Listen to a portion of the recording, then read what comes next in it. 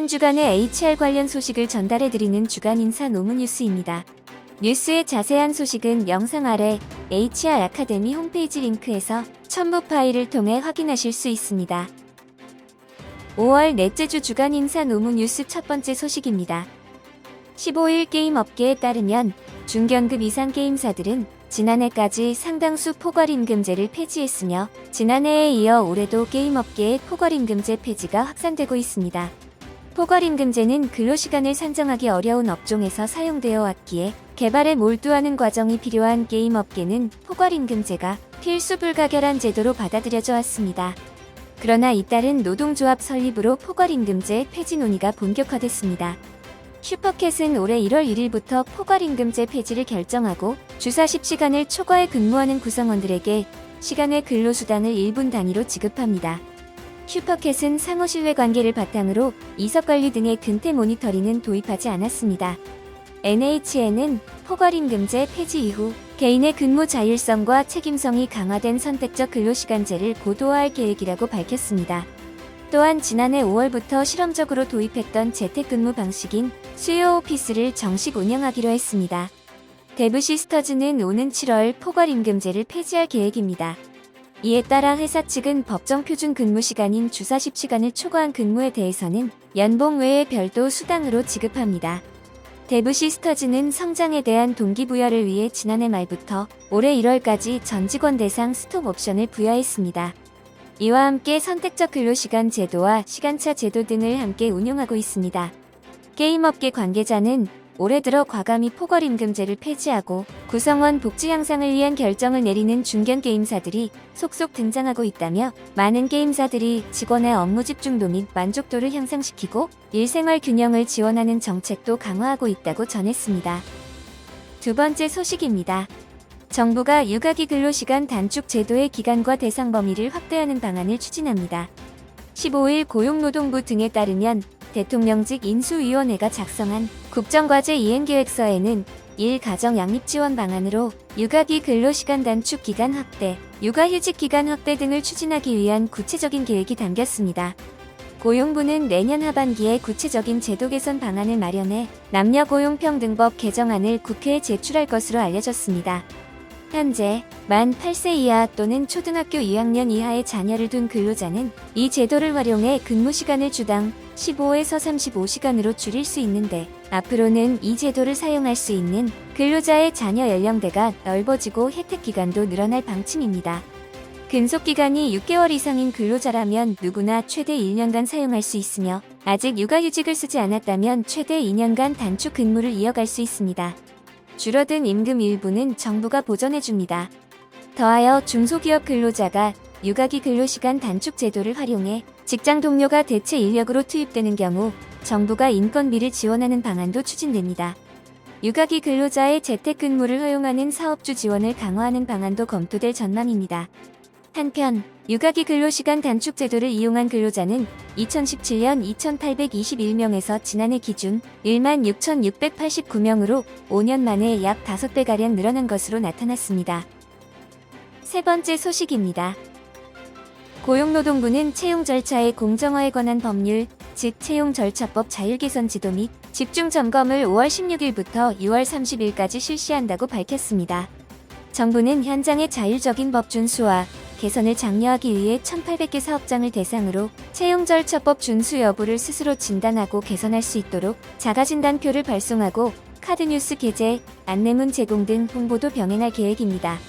특히 건설 현장에 대해서는 노사간담회, 채용절차법 설명회 등을 통해 공정한 채용 관행이 자리 잡을 수 있도록 지원할 방침입니다. 다음으로는 채용 과정 전반에 대한 개선을 위해 현장 점검 시 과태료 시정 명령 사항뿐만 아니라 법상 권고 사항이지만 구직자의 체감도가 높은 사항도 함께 살펴볼 예정입니다. 이번 집중 점검 기간에는 120개 건설 현장을 점검하고 채용절차법뿐만 아니라 다른 법 위반 소지가 있을 경우 범부처 합동, 건설 현장 채용질서 신고센터에 신고하도록 안내하는 등 지난해부터 이어져 오고 있는 건설 현장에서의 불법 행위에 빈틈없이 대응할 계획입니다. 마지막으로 현장의 애로 및 건의사항을 적극적으로 수렴해 향후 법 개정 및 정책 수립 시 참고하고 공정한 채용 문화의 민간 자율 확산을 위해 정부 지원 사업도 적극 안내할 예정입니다. 아울러 주요 위반 유형 우수 또는 미흡 사례, 시사점 등을 현장과 중앙에서 노사와 공유해 노사의 자율 개선과 공정한 채용을 위한 노력을 뒷받침할 계획입니다. 고용노동부 장관은 공정한 노동시장을 만들기 위해서는 일자리의 시작인 채용에서의 공정성 확립이라는 첫 단추를 잘 끼우는 것이 무엇보다 중요하다라고 강조하면서 이번 점검이 일회성으로 끝나지 않고 불공정 채용 관행이 있다면 지속해서 모니터링과 점검을 하겠다라며 공정한 채용 질서 확립 의지를 다시 한번 피력했습니다. 네 번째 소식입니다. 국가인권위원회가 물류센터 내 휴대전화 소지와 사용을 금지한 쿠팡에 대해 현장 조사를 실시합니다. 인권위는 쿠팡의 행위가 국가인권위원회법 2조 3호에 명시된 평등권 침해의 차별행위에 해당되는지 등을 집중적으로 살펴볼 예정입니다. 앞서 민주노총 공공운수노조, 쿠팡 물류센터 지회, 쿠팡 노동자의 건강한 노동과 인권을 위한 대책위원회는 지난해 9월 기자회견을 열고 회사 측의 현장 휴대전화 반입 금지 조치를 철회해달라는 736명의 서명을 인권위에 제출했습니다. 지난해 6월 17일 경기 이천시의 쿠팡 덕평 물류센터에서 화재가 발생했습니다. 당시 쿠팡 노동자들은 물류센터 내 휴대전화 반입 금지 조항으로 인해 화재 초기 대응에 어려움이 있었다고 지적했습니다. 쿠팡 물류센터 노동자들은 휴대전화가 없어 가족이 아프거나 외부에 위급한 상황이 생겼을 때, 일하다가 위험하거나 급한 상황에 처했을 때, 일하다가 아프거나 다쳤을 때 등 어려움이 크다고 호소하고 있습니다. 쿠팡 관계자는 휴대전화 반입을 전면적으로 금지하고 있지 않다. 물류센터 내 반입은 가능하다며 안전상의 이유로 작업 현장 내 휴대전화 반입을 제한하고 있는 것이라고 설명했습니다. 특히 물류센터 근로자들은 개인 사물함 등의 개인 휴대전화를 보관해 점심시간 등 휴게시간에 언제든 자유롭게 사용하고 있다며 컨베이어 벨트와 지게차 등이 있는 작업 공간 내에서 근무시간 중에 휴대전화 사용을 제한하는 것은 근로자의 안전을 최우선으로 하기 때문이라고 강조했습니다.